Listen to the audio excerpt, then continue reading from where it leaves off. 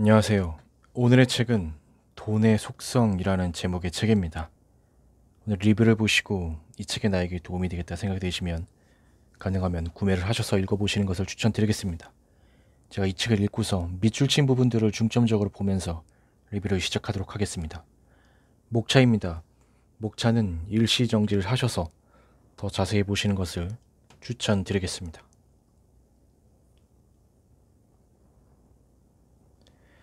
돈은 법인보다 더 정교하고 구체적인 인격체다. 어떤 돈은 사람과 같이 어울리기 좋아하고 몰려다니며 어떤 돈은 숨어서 평생을 지내기도 한다. 자기들끼리 주로 가는 것이 따로 있고 유행에 따라 모이고 흩어진다. 자기를 소중히 여기는 사람에게 붙어있기를 좋아하고 함부로 대하는 사람에겐 패가 망신의 보복을 퍼붓기도 한다.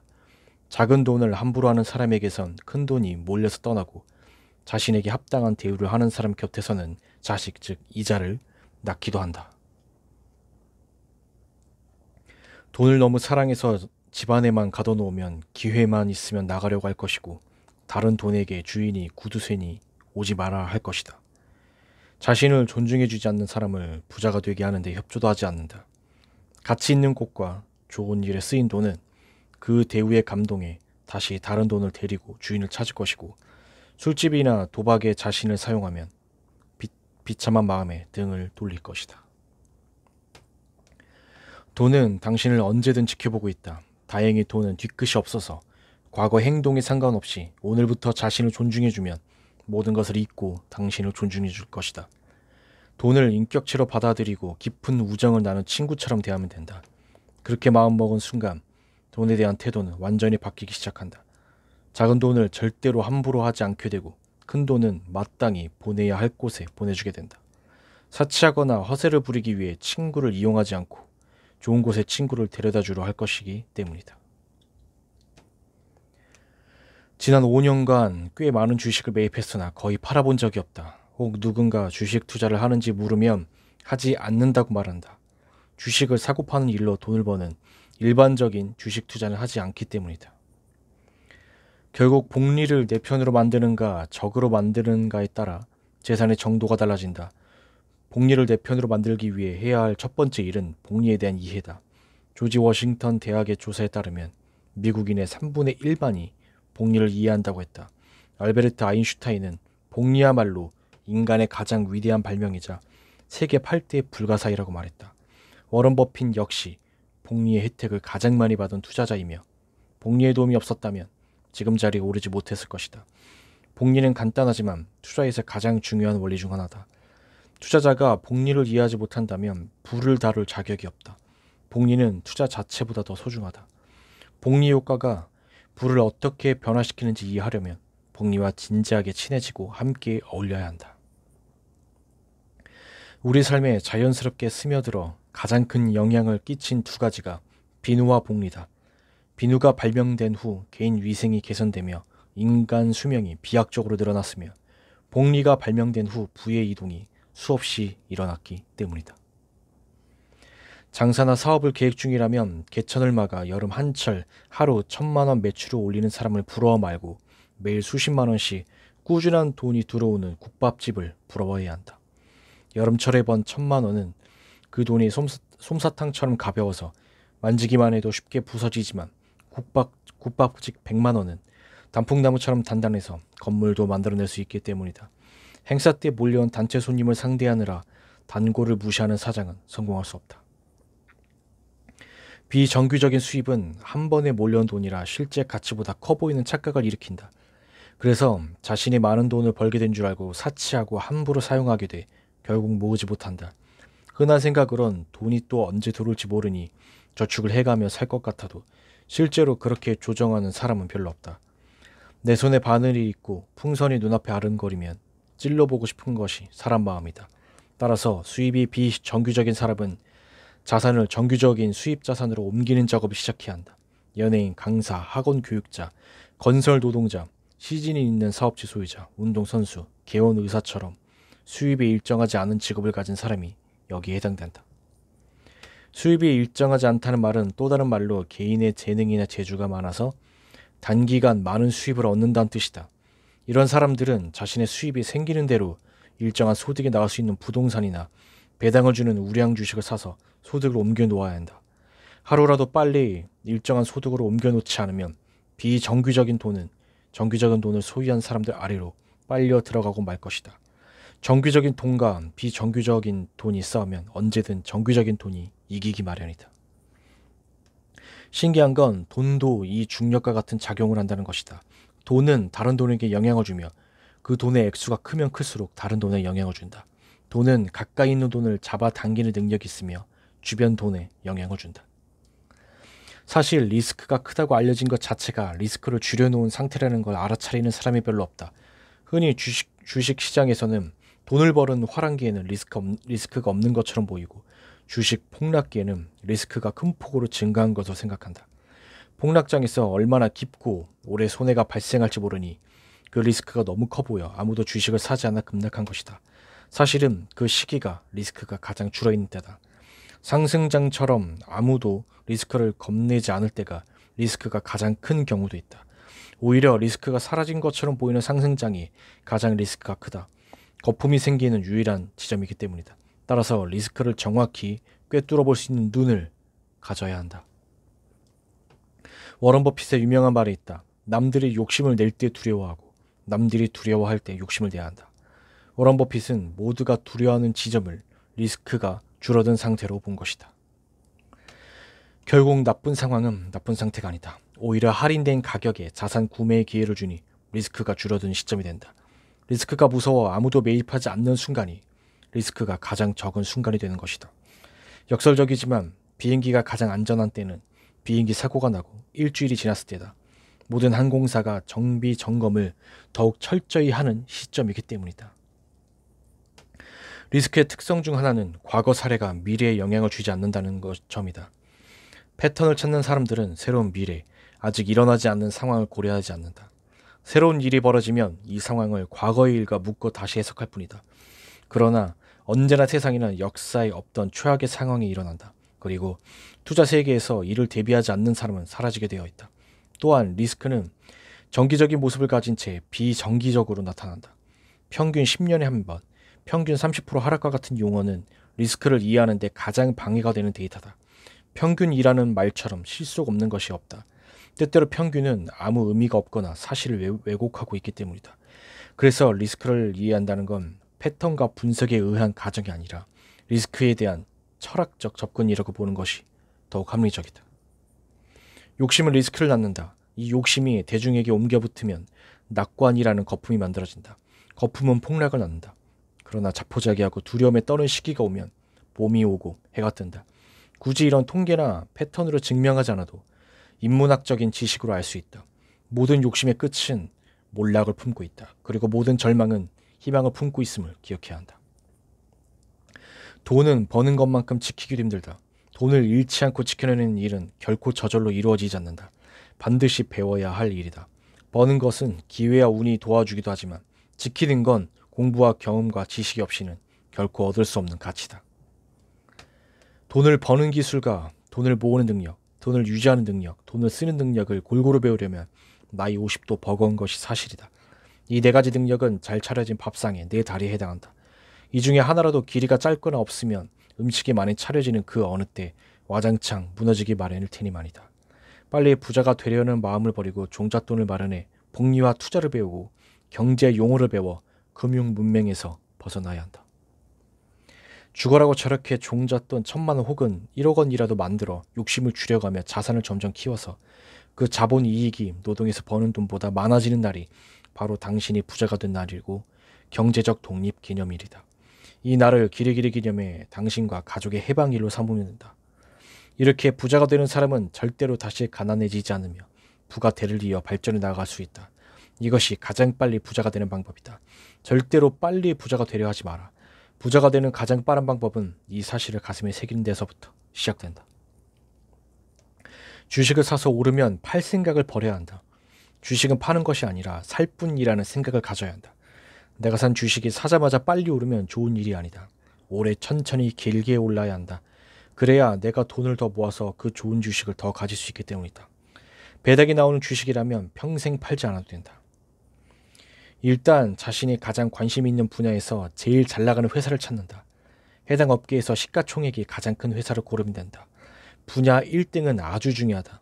1등은 대체로 망하지 않으며 시장에 위기가 생기면 대마불사, 쫓기는 대마가 위태롭게 보여도 필경 살 길이 생겨 죽지 않는다는 격언로 오히려 업계를 장악하기도 하고 가격 결정권을 갖고 있다. 업계 1등 기업을 골라 자기 형편에 따라 매달 한 장 이상씩 주식을 구매하라. 구매한다는 그 자체가 중요하다. 돈을 모으지 못한 사람의 가장 많은 핑곗거리는 소득이 적어서 쓸 돈도 모자란다는 것이다. 하지만 쓸 돈이 모자라게 된 이유는 미래 소득을 가져다 현재에 써버렸기 때문이다. 이 현재가 시간이 흐르면서 과거로 쌓이며 종국의 현재와 과거 둘 모두 책임져야 하는 상태가 되어버린 것이다. 상황을 이렇게 만들어 놓은 장본인은 자기 자신이다. 모든 투자는 작은 돈에서부터 시작된다. 작은 투자를 시작한 투자 경험이 큰 투자도 가능하게 만들어준다. 자산은 모이면 투자를 해야 한다. 투자하지 않는 돈은 죽은 돈이고 실제로 아무것도 하지 않는 장롱 속의 돈은 인플레이션이라는 독을 먹고 서서히 죽어버린다. 싸게 사는 것은 어려운 일이다. 더구나 좋은 주식을 싸게 사는 것은 쉽지 않다. 그래서 크게 성공할 회사를 아직 크지 않았을 때부터 골라 기다리는 인내와 폭락장에서 한꺼번에 가격이 내려간 주식을 공포 속에서 사 모으는 용기를 가져야 한다. 공포가 퍼져 있을 때는 훌륭한 주식도 헐값에 살 수 있다. 이들에게 폭락이나 불경기는 오히려 호경기인 셈이다. 이런 투자자들은 평생 주식시장에서 그 과실을 얻는다. 진정한 투자자는 친척이나 친구에게도 투자를 권하거나 의견을 말하지 않는다. 어차피 나올 때는 같이 나오지 않을 것이라는 것을 알고 있기 때문이다. 결국 주식 투자는 온전한 자기 자본으로 자기 스스로를 믿는 사람들이 그 결실을 가져가는 시장이다. 내 경험상 실제로 부자가 되면 자신이 얼마의 돈을 갖고 있는지 모르는 순간이 온다. 투자된 자산이나 회사의 가치가 측정 불가능해져서 자신의 자산 규모를 알려면 남들의 도움을 받아야 하고 통장에 얼마가 있는지도 알 수 없다. 현금성 자산도 매분, 매시간 주가에 따라 변동되니 점심 먹는 사이에 집 한 채가 사라졌다 생겼다 한다. 누구와 비교가 불가능한 상황이 오는 것이다. 그래서 나는 내 재산이 지금 얼마인지 아는 사람은 사실 산술적인 부자가 아니라고 생각한다. 따라서 부자란 금액에 따른 기준으로 잡을 수 없다. 부자는 더 이상 돈을 벌 필요가 없어진 사람이기 때문이다. 가난을 겪어보지 않은 사람은 가난이 얼마나 무서운지 짐작도 못한다. 마음의 가난은 명상과 독서로 보충할 수 있지만 경제적 가난은 모든 선한 의지를 거두어가고 마지막 한 방울 남은 자존감마저 앗아간다. 빈곤은 예의도 품위도 없다. 음식을 굶을 정도가 되거나 거처가 사라지면 인간의 존엄을 지킬 방법이 없다. 가난하게 태어난 건 죄가 아니지만 가난하게 죽는 것은 나의 잘못이다 라고 빌 게이츠 말했다. 부자가 되는 방법의 시작은 자신이 부자가 될 수 있다고 믿는 것이다. 어떤 부자를 경멸할 수는 있어도 부를 경멸해서는 안 된다. 물론 자신이 부자가 될 수 있다고 믿는다고 반드시 부자가 되는 것은 아니다. 그러나 나는 부자가 될 수 없다고 생각하는 사람은 절대 부자가 될 수 없고 부자가 될 수 있다고 믿는 사람 중에서 부자가 나온다고 믿는다. 내가 만약 지금 25살 직장인 청년이고 지금 내 모든 경험과 지식을 이용할 수 있다고 가정하면 나는 은행에 저축을 해서 종잣돈을 마련하는 일은 하지 않을 것이다. 차라리 매달 급여에서 50만 원 정도의 돈을 빼서 한국에서 제일 큰 회사의 주식을 사겠다. 가격이 오르내리는 것은 상관없다. 매달 같은 날 50만 원씩 주식을 사 모을 것이다. 가장 큰 회사라면 현재는 삼성이다. 그러나 삼성의 시가총액을 넘어가는 회사가 생긴다면 그 회사를 갈아타고 계속 같은 투자를 진행할 것이다. 만약 15년 전인 2005년 당시로 돌아가 매달 50만 원어치 삼성전자 주식을 샀더라면 지금의 총액은 약 5억 원의 가치를 지닌 상태일 것이다. 하지만 그 돈으로 은행 적금을 들었다면 겨우 1억 원이 조금 넘는다.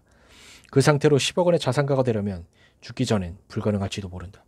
95세까지 적금을 부어야 하기 때문이다. 그런데 현재 5억 원 상당의 삼성 주식을 가지고 있다면 불과 몇 년 안에 10억 원이 될 가능성이 높고 더구나 배당도 나오기 때문에 더 이상 50만 원을 매달 투자하지 않아도 될 것이다. 이것이 아직 젊은 나이에도 안정적인 직장생활을 하면서 얼마든지 백만장자가 될 수 있는 방법이다. 하루라도 빨리 시작하면 된다. 공식에서 가장 중요한 변수가 투자 기간이기 때문이다. 백만장자 되기가 생각보다 그리 어렵지 않다. 다시 반복해서 말하지만 부자는 천천히 되는 길이 가장 빠른 길이다. 투자는 지식과 지혜가 합쳐져야 성공한다. 지혜가 없는 지식은 오만해지고 지식이 없는 지혜는 허공만 안게 된다. 지식은 어떤 대상이나 상황에 대한 명확한 인식이나 이해를 말하고, 지혜는 어떤 현상이나 사물에 대한 이치를 깨닫는 일이다. 어떤 분야든 대가가 된 사람들은 모두 지혜와 지식 수준이 남다르다. 그가 음악가든 운동선수든 예술가든 그들의 생각을 들어보면 모두 어떤 경제의 일은 자신만의 철학이 있다. 흥미로운 것은 어느 분야를 통해서도 최고 수준에 다다르면 비슷한 철학적 관점을 지니게 된다는 것이다. 아무리 큰 산이라도 오를 때는 사방에서 다가갈 수 있지만 봉우리에 다다르면 거의 비슷한 곳에 모이기 마련이다. 그래서 성공한 대가들은 대부분 비슷한 철학자가 되어 있는 것을 볼 수 있다. 투자 대가들의 주주서신이나 그들의 책을 읽어보면 한 권의 철학서를 보는 것 같다. 주가 변동성이나 국채 이자율 추이에 대해 설명하지만 실상은 인간의 욕망과 좌절을 이해시키기 위해 숫자로 설명할 뿐이다. 10년을 기다릴 수도 있는 자본만으로 투자를 하면서 폭락장에서 더 폭락할까봐 겁을 내는 것은 이치에 맞지 않다. 폭락이 거듭되면 주식의 가격은 회사의 본질적인 가치 밑으로 내려간다. 리스크가 사라진 정도가 아니라 그 자체가 이익 분기점을 넘어선다. 여기서부터는 시장 고술들과 자본가들이 참여한다. 이들은 주식의 본질적 가치를 계산함으로 명품을 줍는 기분으로 사모은다. 일반인들이 주식이 더 떨어질까 망설이는 사이 박앤세일은 끝나버린다. 불과 며칠 전까지만 해도 웃돈을 붙여 팔던 명품들이 며칠 만에 20-30% 전품목 세일에 들어가면 당연히 사지 않을까? 더구나 이 상품은 소비재가 아니라서 나중에 다시 웃돈을 받고 팔 수도 있고 중간에 배당도 주는 제품이라면 당연히 순식간에 팔려버린다. 누군가에게는 블랙 먼데이가 누군가에게는 블랙 프라이데이다. 투자를 하는 사람은 예측을 하고 그 예측이 맞아야 수익이 나는 상태에 자신을 놓아두면 안 된다.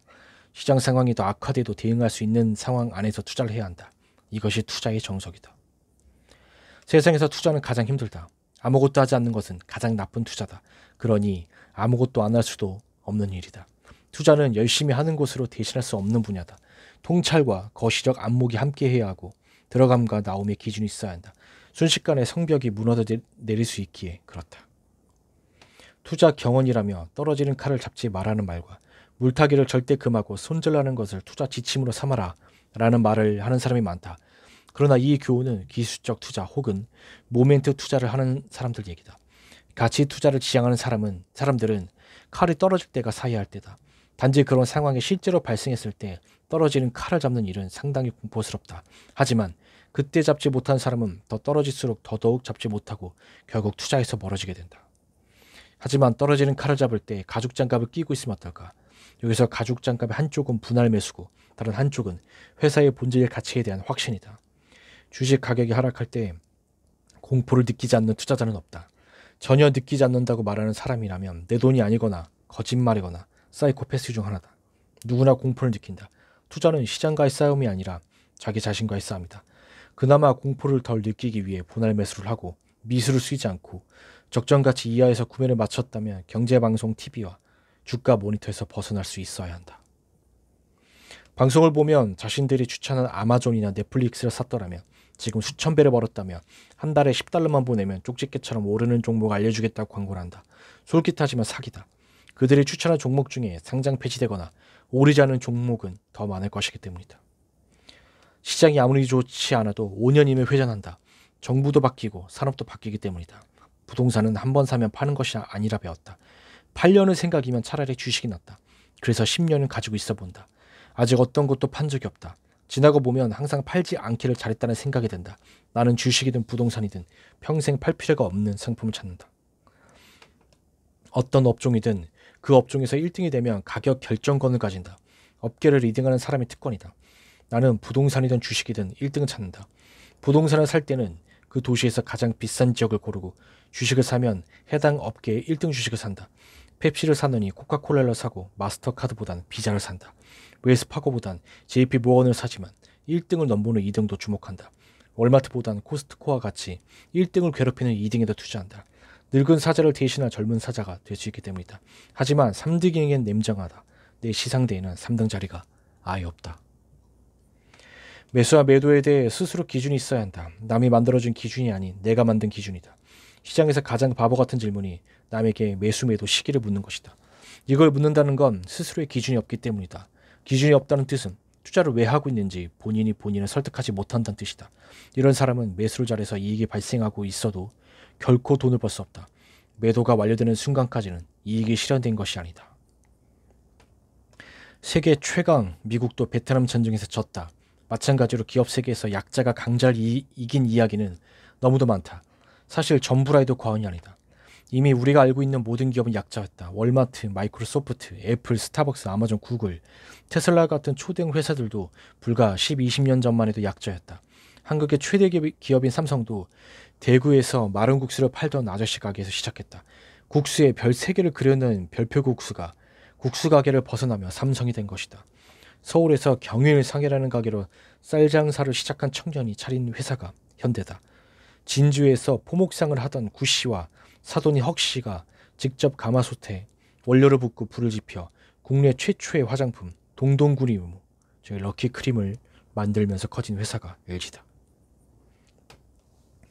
대기업은 더 이상 꿈의 직장이 아니다. 꿈을 빼앗는 직장이다. 정말 평생 자신의 시간을 팔아서 돈을 벌며 살고 싶은가? 사실 평생이란 말도 맞지 않다. 나이 50 전에 명퇴 요구를 받을 것이고 그때 이후로는 더 이상 그의 시간을 살 사람이 아무도 없다. 아직 수십 년을 더 살아야 하는데 그 나이에 무엇을 새로 시작하겠단 말인가? 이것이 정말 당신의 인생의 목표인가? 왜 당신은 당신 스스로 자본가나 사업가가 되겠다는 생각을 하지 않는가? 실패가 무서운가? 임원이 될 확률보다 사업으로 성공할 확률이 42배는 높다. 나는 책이야말로 여전히 삶의 가장 도구라고 믿는다. 인터넷이나 방송을 통해 더 빠르고 정확한 자료를 찾아낼 수도 있지만 책이 주는 내밀한 정보를 따라갈 수는 없다. 나는 지금도 여전히 한 달에 20여 권의 책을 산다. 나의 서재에는 수천 권의 책이 있다. 그런데 이 책이 나를 부자로 만들어 주었을까? 아니다. 책은 당신을 부자로 만들지 못한다. 책을 해석하는 능력이 생기면서 스스로 질문을 가지게 될 때 비로소 당신은 부자의 길을 만난다. 부동산 안목이 뛰어나신데 비법 한 가지만 가르쳐 주시지요. 잠시 침묵을 지키던 그가 내 질문이 진지하다고 생각했는지 정말 딱 한마디만 이야기해주고 나갔다. 나는 지하철 입구에서 나오면 바로 보이는 건물만 삽니다. 오늘 임대나 매물 안내를 붙이면 오늘 연락 오는 거 말입니다. 아들놈만 아니면 평생 안 팔았을 겁니다. 김성생도 오늘 연락받고 계약하러 오신 것 아닙니까? 이후 이 양반의 기준이 나의 부동산 매입 기준이 됐다. 당연히 지하철역 앞에 있는 건물은 비싸다. 그러나 임대인과 임대인의 수준을 고를 수 있고 현금화가 손쉽다면 비싼 것이 가장 싼 것이다. 나는 지금도 건물을 살 때는 크기보다 로케이션, 즉 장소와 위치를 보고 이익률보다 로케이션을 보고 빌딩의 연도보다 로케이션을 본다. 부동산 전문 투자자가 아닌 사람이 얻을 수 있는 가장 크고 안전한 이익은 로케이션이라는 것을 알게 되었기 때문이다. 또한 내가 부동산에 대해 완벽한 자신이 생기기 이전에도 로케이션 중심으로 구매했을 때는 크게 실수한 일이 없었다. 이것은 완벽하게 이해하지 못하는 시장에 투자를 할 경우 아주 유용한 팁이다. 나는 주식을 살 때에도 해당 업계에 대한 이해가 확실하지 않으면 언제나 1등을 고른다. 이후에 이해도가 높아지면 2등을 고르기도 한다. 나는 아직 부동산 투자에 대한 이해가 부족하지만 자산 분배 차원에서 부동산을 보유해야 할 때가 있다. 항상 큰 길에 있는 건물만 구매하는 것만으로 이미 훌륭한 투자를 하고 있다. 부자가 되지 못하는 사람들은 부자가 되지 못하는 생각을 가지고 있다. 서울 시내 부동산이 비싸다는 것은 다 안다. 그것은 비싼 이유가 있어서 비싼 것이다. 그런데 비싸다고 서울로 출퇴근이 가능한 인근 도시에 투자한다. 애플 주식이 최근 10여 년 사이에 30배나 올랐다. 애플 주식이 오르는 것은 그만한 이유가 있어서다. 그런데 애플 주식을 사는 것이 아니라 애플 테마주나 관련주를 산다. 요지에 작은 건물을 사면 되고 애플 주식은 좀 적게 사면 되는 것을 지름길을 찾겠다고 달려나가다 막다른 골목길을 다다르는 실수라는 것이다. 이미 열매가 자라고 있는 나무가 있는데 그 씨앗을 받아 나무를 키우겠다며 리스크를 만들고 있는 것이다. 네, 제가 준비한 리뷰 여기까지입니다. 이 책이 나에게 도움이 되겠다고 생각이 되시면 가능하면 구매를 하셔서 읽어보시는 것을 추천드리겠습니다. 리뷰를 마치겠습니다. 감사합니다.